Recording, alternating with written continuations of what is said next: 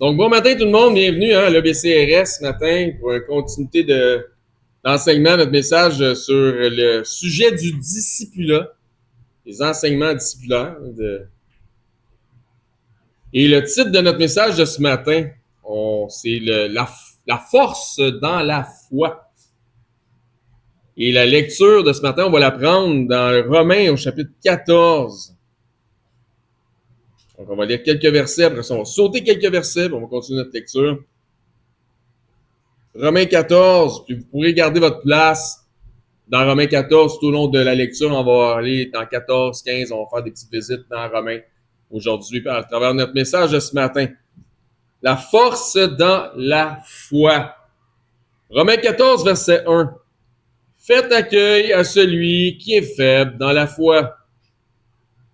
Et, en leur faisant accueil, ne discutez pas sur les opinions, parce que ça serait contraire de leur faire accueil. Est-ce que ça fait du sens? Donc, ne discutez point sur les opinions avec qui? Avec ceux qu'on accueille et qui sont potentiellement faibles dans la foi. Garde tes opinions pour toi et laisse-le ou laisse-lui ou laisse, c'est à elle, peu importe, lui ou elle, ses opinions. Garde tes opinions pour toi et laisse-lui ses opinions. Tel croit pouvoir manger de tout. Tel autre qui est faible ne mange que des légumes.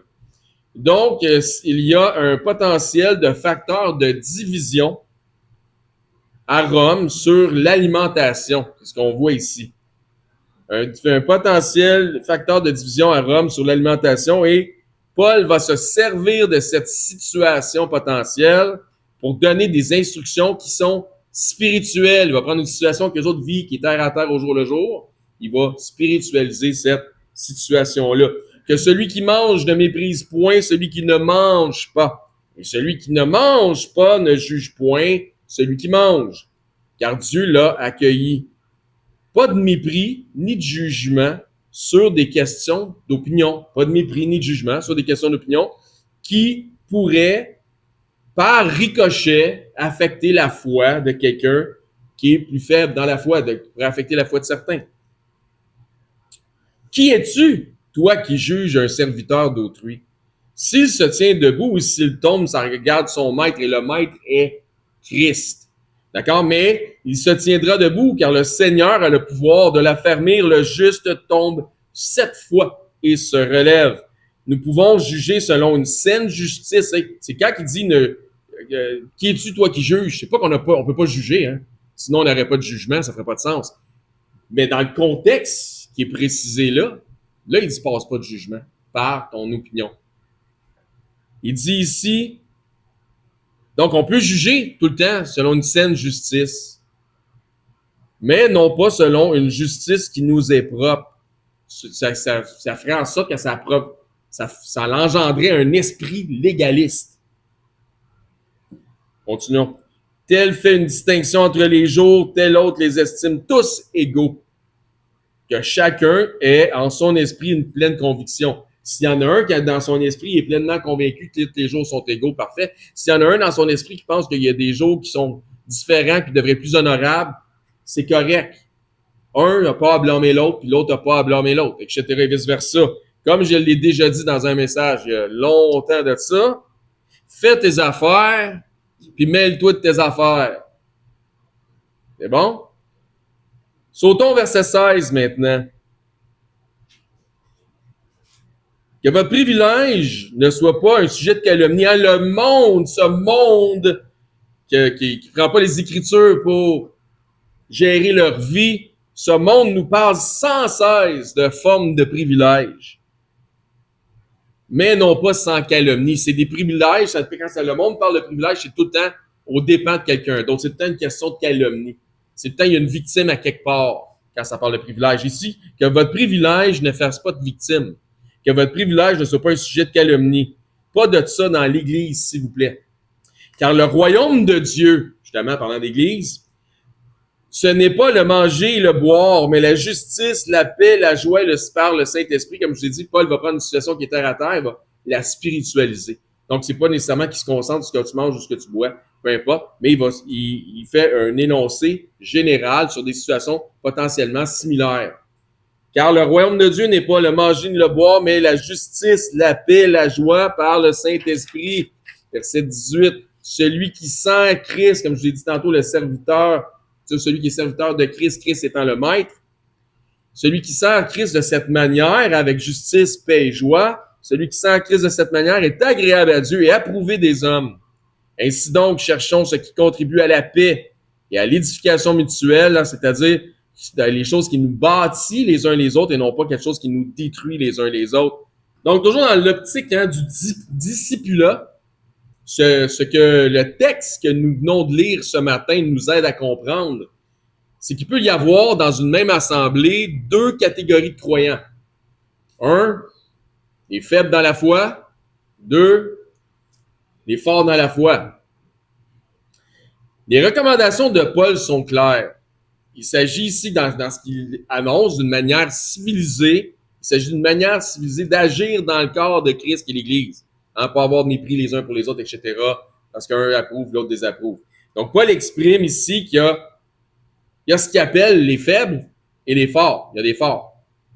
Il fait une distinction entre les deux et appelle à reconnaître ces distinctions et à ne pas faire en sorte que ces distinctions portent à division par une sorte de négligence, par le jugement, par la calomnie ou par le mépris. Donc, une méthode, il fait ça, c'est des recommandations qui sont claires pour faire en sorte que ça se passe bien dans l'Église. Premièrement, les premières choses à considérer dans ce texte est à qui est-ce que Paul s'adresse-t-il dans cette épître? Et la réponse est bien simple, c'est qu'il s'adresse à l'Assemblée de Rome de l'époque. De par la nature de l'épître, on peut comprendre que Paul s'adresse à des individus très matures dans la foi, très connaissants dans les Écritures, instruits dans la saine doctrine. C'est pourquoi, encore une fois, je considère que cette épître, l'épître aux Romains, est malmenée par plusieurs clans chrétiens, plusieurs enseignants dans la chrétienté, parce qu'ils font juste répéter ce qu'ils ont entendu au lieu de vérifier vraiment ce que les Écritures enseignent, tordent les Écritures, le sens des Écritures. On en reparle justement dans le message d'aujourd'hui. Ils ont de la difficulté à comprendre le sens de l'épître aux Romains, puisque, afin de bien comprendre les intentions de l'auteur, qui est Paul, il faut absolument bien maîtriser le texte dans son ensemble. L'ensemble de tous les chapitres et de tous les versets de l'Épître aux Romains. Exemple, on ne peut pas isoler le chapitre 9 des 8 chapitres précédents, et même encore, sans lier, mettons, non plus le chapitre 9 à la suite, soit 10, 11, 12, 13, 14, 15, 16. C'est un ensemble. Vous comprenez ce que je veux dire? Il s'agit d'une lettre adressée à l'Assemblée de Rome pour le niveau de compréhension des plus spirituellement instruits à Rome. Je répète ça. Quand tu lis l'Épître aux Romains, garde à l'esprit qu'il s'agit d'une lettre adressée à l'Assemblée de Rome. Majoritairement, cette lettre-là, elle est pour le niveau de compréhension des plus spirituellement instruits à Rome. Pour bien comprendre cette épître, pour bien la comprendre, ça se lit dans son ensemble et non pas tel que les hommes l'ont séparé en chapitres, versets, etc. Un jour, tu lis un chapitre, laisse passer une couple de jours, la semaine d'après, tu lis un autre chapitre, et ainsi de suite. Je veux dire, il n'y a rien de mal à lire la lettre si tu veux la lire en plusieurs jours, mais pour en comprendre le sens, l'épître doit absolument être regardée comme par une vue d'ensemble, du chapitre 1 au chapitre 16. Si tu veux bien comprendre, il faut que tu la lises sur une vue d'ensemble. Autrement dit, quand tu vas être rendu au chapitre 9, verset 13, pour ne pas le nommer, ou au chapitre 11, verset 26, pour ne pas le nommer, avant de tirer, vous prendrez des notes, vous irez voir. Avant de tirer des conclusions, parce que ça, ces deux passages sont super mal menés dans la chrétienté. Les deux sont issus de Romains chapitre 9.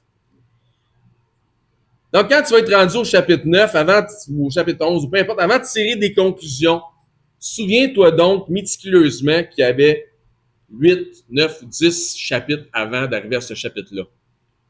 Tu peux pas arriver dans le chapitre 9, ça dit ça, puis tu fais complètement abstraction de tout ce qui a été dit avant.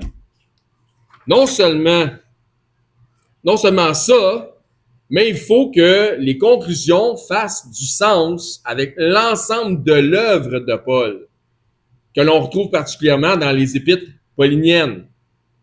Donc, aussi, exemple, Paul réfère dans une des épîtres, dans un des passages à l'Ancien Testament, ben, va lire qu'est-ce que ça dit dans l'Ancien Testament pour comprendre les intentions de Paul.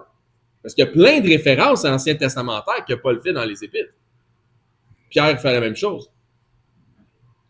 Donc, les idées de Paul ne devraient pas se contredire, c'est ce que je veux dire. Les idées de Paul ne devraient pas se contredire.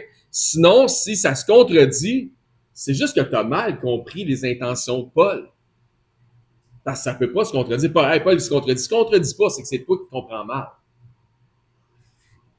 C'est comme je l'ai déjà dit plusieurs fois. Paul ne peut pas dire à un endroit « J'aime le chocolat ». Puis à un autre endroit « Je déteste le chocolat ». OK? Donc, si c'était le cas, un peu comme Jessine disait hier, tu peux former le clan de l'Église qui aime Paul aime le chocolat, puis l'autre clan de l'Église, Paul aime pas le chocolat. Hein? Puis là, tu as un split dans l'Église.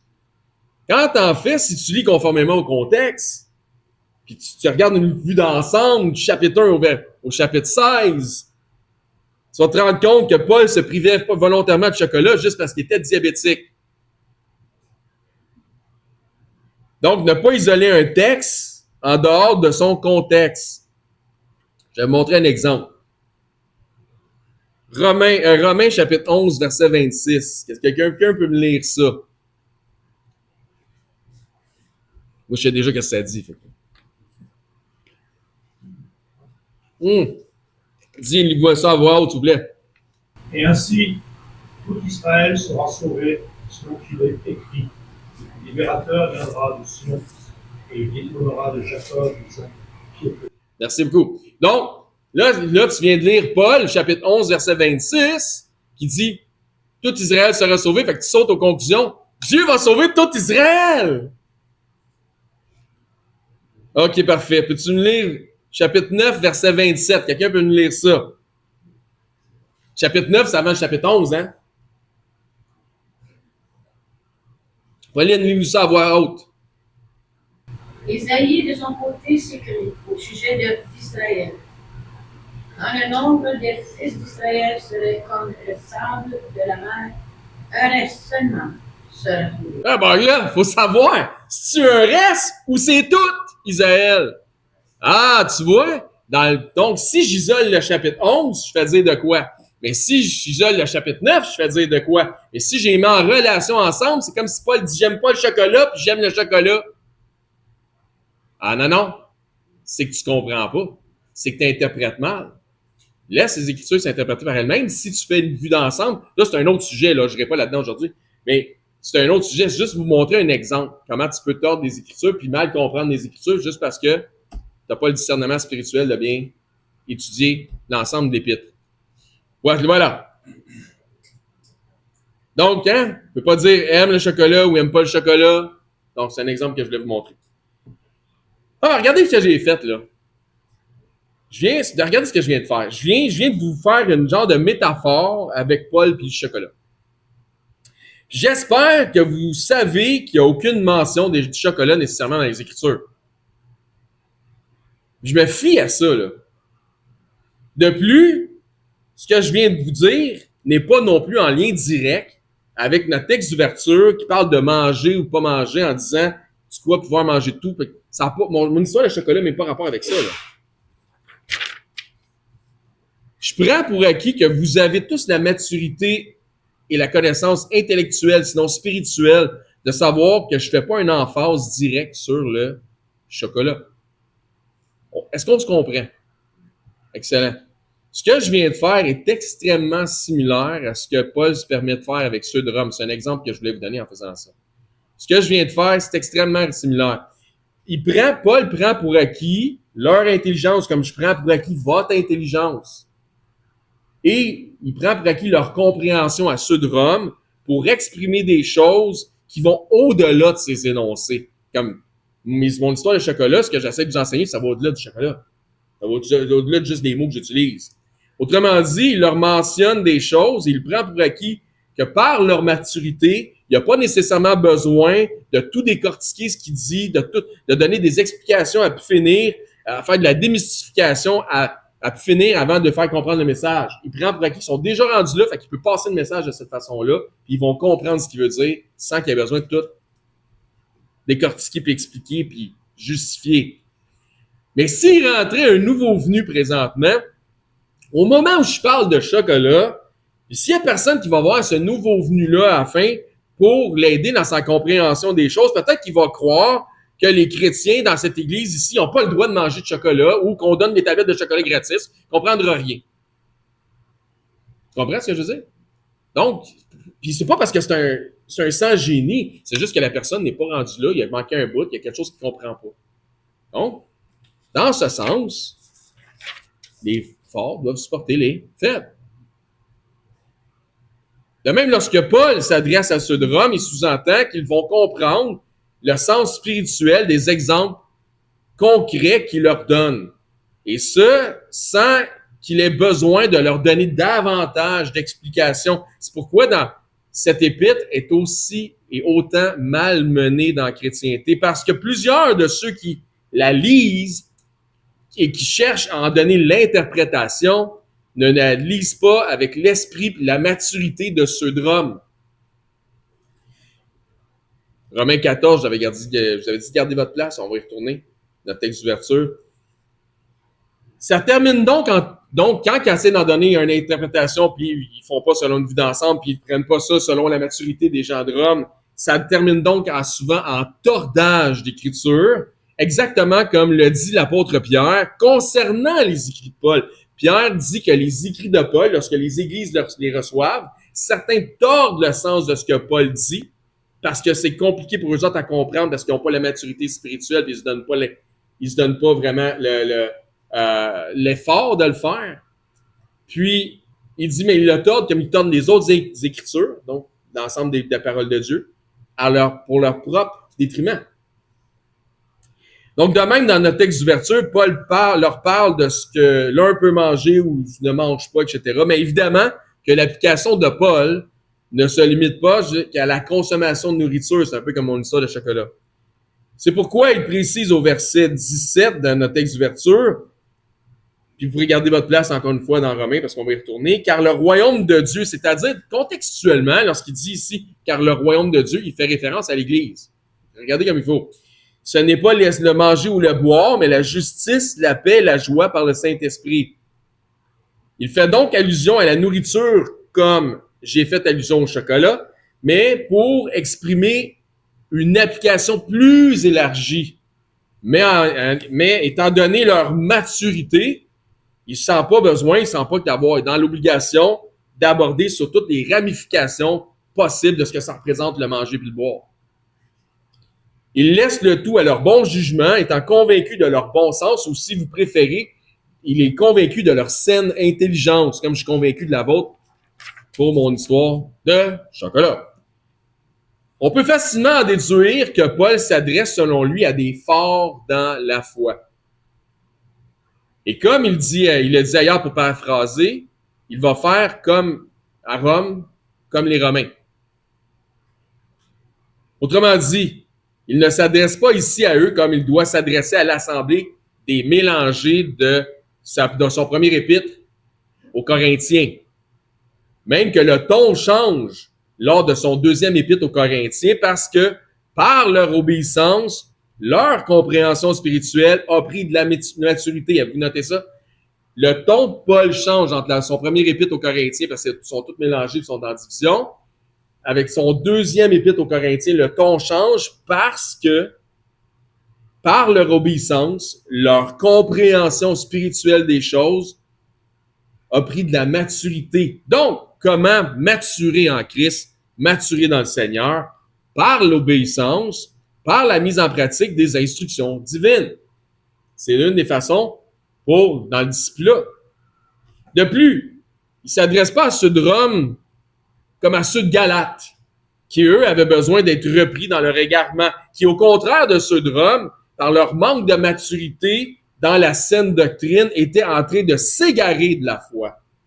En tombant dans une forme de légalisme, c'est exactement ce que Paul dit à Rome de ne pas faire. Tombez pas dans une forme de légalisme par les choses que vous approuvez ou désapprouvez parce que tu manges pas, puis tu dois manger ça, tu n'as pas le droit de manger ça, puis il faut que tu manges ça, etc., etc. D'accord? Donc, tombez pas dans une forme de légalisme. Donc, ceux de Galate étaient tombés dans une forme de légalisme par une sorte de pharisaïsme. Pharisaïsme, c'est ça.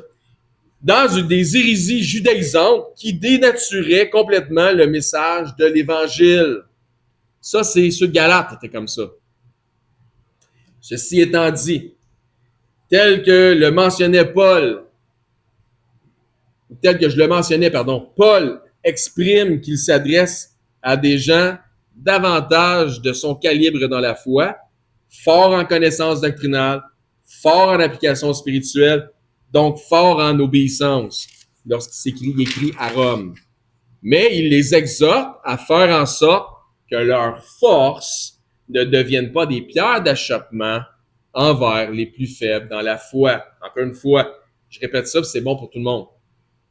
Paul exhorte ceux de Rome à faire en sorte que leur force dans la foi, leur force des choses dont ils sont convaincus, ne deviennent pas une pierre d'achoppement envers les plus faibles dans la foi. Autrement dit, envers ceux qui ne sont pas rendus ou ce qu'eux sont rendus. Comprenez la fragilité de la chose? Comment il veut protéger tout le monde? C'est correct d'être fort, mais pas au point de mépriser les faibles. Ça serait de l'orgueil. C'est pas l'esprit de Christ, l'esprit de l'orgueil. C'est correct d'être fort, mais pas au point de mépriser les faibles. Voici encore une fois ce que Paul dit dans notre passage d'ouverture dans Romains 14, 1. Faites accueil à celui qui est faible dans la foi et ne discutez pas sur les opinions. Question ici, lorsque Paul dit faites accueil à celui qui est faible, est-ce que ça sous-entend qu'il s'adresse à des forts ou à des faibles? S'il dit faites accueil à celui qui est faible, il parle-tu à des forts? Il parle à des faibles. Il parle à des forts. Il demande aux forts de faire accueil aux faibles. OK, parfait. Regardez bien la confirmation au premier verset du chapitre 15. Chapitre 15, verset 1 de Romains. Nous, Paul, ses compagnons et ceux de Rome à qui il s'adresse, nous qui sommes quoi? Forts. Nous qui sommes forts, nous devons supporter les faiblesses de ceux qui ne le sont pas et ne pas nous complaire en nous-mêmes. Encore une fois, si on avait isolé tout ce qui était au chapitre 14, on n'avait pas été voir ce qu'il dit au chapitre 15, on n'aurait pas la continuité de l'idée de Paul, on aurait perdu le fil, là. Il nous manquerait quelque chose, là. Et là, si on complémente ce que Paul a dit au chapitre 14, dans le chapitre 15, c'est une vue d'ensemble. C'est comme ça qu'on interprète bien un épître, qu'on peut bien comprendre un épître, bien lire un épître. Donc, il faut comprendre que c'est sans vantardise que Paul s'auto-qualifie de fort. C'est simplement une réalité. Il est fort dans la foi. Paul, c'est un exemple de force dans la foi. Donc, c'est sans vantardise qu'il s'auto-qualifie de fort. De toute façon, il fallait une certaine maturité pour accomplir un ministère apostolique que Paul a accompli. Donc, on n'est pas ici dans l'ego, mais dans l'établissement de paramètres qui, par la compréhension, aident à confirmer un protocole. On n'est pas dans l'ego, on est dans l'établissement de paramètres qui, par la compréhension, par l'intelligence, aident à confirmer un certain protocole. Les forts ne discutent pas d'opinion avec les faibles, n'embarquent pas là-dedans, les forts supportent les faibles, c'est un protocole. Tu arrives à établir un certain paramètre, faible, fort, etc. Comment qu'on gère ça? Ça fait du sens? C'est fin, merci. Autrement dit, Paul n'est pas là pour faire du politically correct ou de la rectitude politique. Suivez-moi. Nous sommes forts, ils sont faibles, puis c'est ça qui est ça. C'est pas péjoratif de dire qu'ils sont faibles dans la foi. C'est ça qui est ça.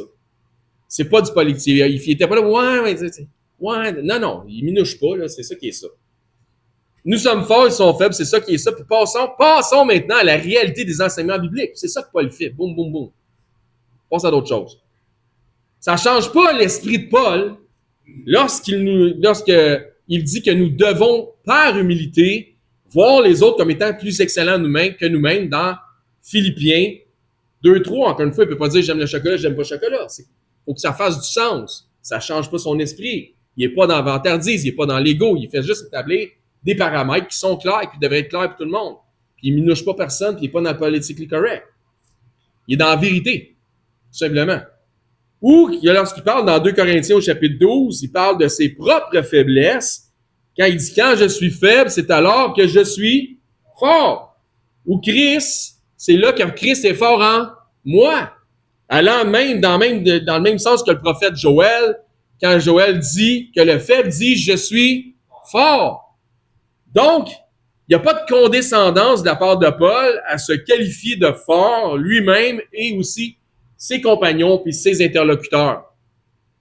Ainsi donc, dans le cadre du discipulat, parce que c'est le sujet de notre série, il y a les forts, ou ceux qui devraient l'être, puis il y a les faibles dans la foi.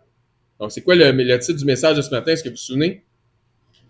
Hein? La force dans la foi. OK, merci. La force dans la foi. Merci beaucoup. Alors, une des choses communes aux deux types d'individus, qu'ils soient forts ou faibles dans la foi, donc une des choses communes aux deux types d'individus est justement la foi. La foi en l'évangile de Jésus-Christ pour le salut puis la vie éternelle. Qu'ils soient faibles dans la foi ou forts dans la foi, les deux ont la foi. Ainsi, que ce soit le faible ou le fort, tous deux ont un même Seigneur. Tous deux servent le même maître. Donc, reprenons notre texte de ce matin, une petite partie, 14, 1, Romains. Faites accueil à celui qui est faible dans la foi et ne discutez pas sur les opinions. Si donc il s'adresse à ce qu'il considère être des forts, et si nous mettons le tout en liaison avec le fait que l'auteur de l'Épître aux Hébreux dit à ceux des Hébreux qui devraient être des maîtres depuis le temps passé dans les voies du Seigneur, de toute évidence, les forts ne sont pas des nouveaux venus. Les forts ne sont pas des nouveaux convertis. Est-ce que ça fait du sens? Il s'agit de gens, probablement tout comme Aquilas et Priscille, si vous connaissez l'histoire, qui étaient capables de prendre quelqu'un, un plus faible dans la foi, et sous leur zèle et de l'aider à croître et à comprendre les choses qui concernaient le Seigneur. Donc, des gens qui ont de la maturité, qui sont capables voire même d'enseigner les autres. Donc, les forts dans la foi se doivent d'être accueillants envers les plus faibles. Si le fort représente quelqu'un qui est là depuis longtemps, le faible devrait être possiblement le ou la nouvelle venue. Est-ce que ça fait du sens? On peut jouer des tours des fois. Il y en a qui viennent d'ailleurs et qui sont pas mal déjà forts dans la foi. Mais habituellement, là, tu sais, quelqu'un qui vient de convertir Christ, peu importe. Donc, tu ne prends jamais de chance avec ça. C'est pourquoi il doit y avoir un accueil. Nouvelle venue. Il doit y avoir un accueil. Les plus anciens, sans les prendre pour acquis, font presque partie des meubles. Ils se sentent avec raison chez eux. Tu sais, ça fait 5 ans que tu viens à l'église, à raison d'à peu près 50 de fois par année, à toutes les semaines. Des fois, tu viens mercredi. Mais à un moment donné, souvent, ce monde-là, ça se fait tout le temps à la même place. Ben, c'est ça. Tu sais, tu te sens chez vous, puis avec raison. Tu te sens chez vous. Le nouveau, lui, il sait pas trop s'il dérange. Il sait pas trop où ils peuvent s'asseoir, telle plage. Puis je suis en train de m'asseoir dans la chaise de Papa Ours ou de Maman Ours. Tu sais, t'es pas trop sûr. Donc, Paul reprend la thématique de l'accueil, justement, dans le chapitre du suivant. Tu vois quelqu'un qui rentre, puis qui est là, ça la main sa poignée, pas trop sûr. Tu dis, rentre, trouve peut-être bien t'asseoir, puis on me dit une place qui peut s'asseoir. Puis là, tu dis, pas là! Non. Juste te mettre plus mal à l'aise. Non, on met les gens à l'aise, tu sais. Romains 15:7, justement. Encore une fois, on va passer du chapitre 14, chapitre 15, la continuité de ce que Paul dit, Romains 15:7, accueillez-vous! Hein, faites accueil à ceux qui sont faits de la foi. Après ça, il dit, accueillez-vous les uns les autres comme Christ vous a accueillis pour la gloire de Dieu. Donc, pour l'édification, le concept de l'accueil revient au chapitre 15. De plus, il indique de la manière, les manières d'être accueillis envers les nouveaux, donc les faibles dans la foi. Premier point, ne discutez pas sur les opinions. Hein? Quelle manière on doit être accueillant? Ne pas discuter sur les opinions. Donc, ça fait écho à ce que Paul dit à ceux d'Éphèse en leur parlant justement de maturité, à l'état d'homme fait, de ne plus être des enfants concernant la saine doctrine dans Éphésiens 4.15 pour vous le citer, vous pouvez le prendre en note, mais que professant la vérité dans la charité, nous croissions de faible à fort, c'est ça, croître, hein, nous croissions à tout égard à celui qui est le chef, notre maître, qui est Christ. Il y a donc une différence à faire entre croître dans la vérité et la charité et avoir des discussions d'opinion. Je répète ça, il y a donc une différence à faire entre croître dans la vérité et dans la charité et avoir des discussions d'opinion. Les discussions d'opinion ne sont pas nécessairement doctrinales. Et même si c'était le cas avec un nouveau venu ou une nouvelle venue, même si la discussion était doctrinale, comme le dit l'Ecclésiaste, chaque chose en son temps. C'est peut-être pas le temps. Tu peux pas assez télécharger ton cerveau de connaissances doctrinales si tu es quelqu'un qui a plus de maturité dans le Seigneur sur le nouveau venu, le premier dimanche qui vient à l'Église. Hey, laisse-moi t'enseigner toute la doctrine de A à Z. Ah non, comme tu as fait tes erreurs, laisse-les faire ses erreurs. Laisse-les avoir ses challenges, ses défis, ses obstacles, ses révélations, ses perspectives à être changées. Ça prend du temps pour grandir. Et tu peux pas prendre un bébé et dire, ah ouais, là, comment ça marche pas encore? Ben, juste 2 mois, là. Faut qu'il marche à 4 pattes, qu'il se pète la face une fois de temps en temps. C'est comme ça. Donc, on tend à avoir des défis. Donc, il faut respecter la progression de chacun. Il faut vraiment respecter la progression de chacun. Une opinion, même si elle est véritable, si ton opinion, même si elle est vraie, même si elle est fondée, même si tu as toutes les statistiques à l'appui, puis les avis des experts, tout ce que tu voudras, ton opinion, même si elle est véritable, n'est pas nécessairement selon la vérité des Écritures. Donc, c'est pas nécessairement de la doctrine. Ou c'est pas nécessairement selon la vérité, ou sinon, c'est pas nécessairement en relation, ça n'a peut-être même pas rapport, justement, parce que c'est de la discussion d'opinion, ou c'est pas nécessairement en relation avec la vérité de la sainte parole de Dieu. Donc, terminons là-dessus. C'est pourquoi l'exemple de Paul il est excellent. Disons que quelqu'un rentre ici en tant que végétarien ou végétarienne. À part pour le fait que Paul explique qu'il s'agirait de quelqu'un de faible, parce que c'est ça qu'il dit, ceux qui est faible mangent juste des légumes. C'est ça qu'il dit! Mais c'est ça qui est écrit. C'est une joke. Mais c'est ça qui est écrit pareil. Disons qu'il rentre quelqu'un ici en tant que végétarien ou végétarienne, ou peu importe, il y a quelque chose qui ne mange pas dans sa vie, c'est correct. Là. Puis encore une fois, le royaume, ça ne repose pas juste sur ce qui se mange, tu ne manges pas, ce que tu bois, ce que tu bois pas, ce que tu approuves, tu désapprouves. C'est pas comme ça que ça marche. Ça ne serait pas très, très avisé de potentiellement l'offenser en essayant de la convaincre, la personne, que c'est correct de manger de la viande. Tu sais, même, je vais t'inviter à manger un steak chez nous parce que tu n'as pas goûté à mes steaks, puis viens goûter à mes steaks. Tu sais, à un moment donné, là, ça serait un peu sans dessin, là. Mais ça serait plutôt avisé de se concentrer sur les choses importantes en s'assurant de la rendre à l'aise afin qu'étant éventuellement de retour dans la maison du Seigneur, de retour ici à l'Église, que celui-ci ou celle-ci puisse, par les enseignements, renouveler sa pensée, maturer en Christ, puis se rendre compte de un moment donné, écoute, je peux manger de la viande, ça me tente pas, j'en mange pas, mais c'est pas grave si l'autre en mange. Puis l'autre, je comprends que c'est pas grave que j'en mange pas, donc on s'en fout. C'est pas des choses importantes. C'est ainsi que les forts doivent supporter les faibles.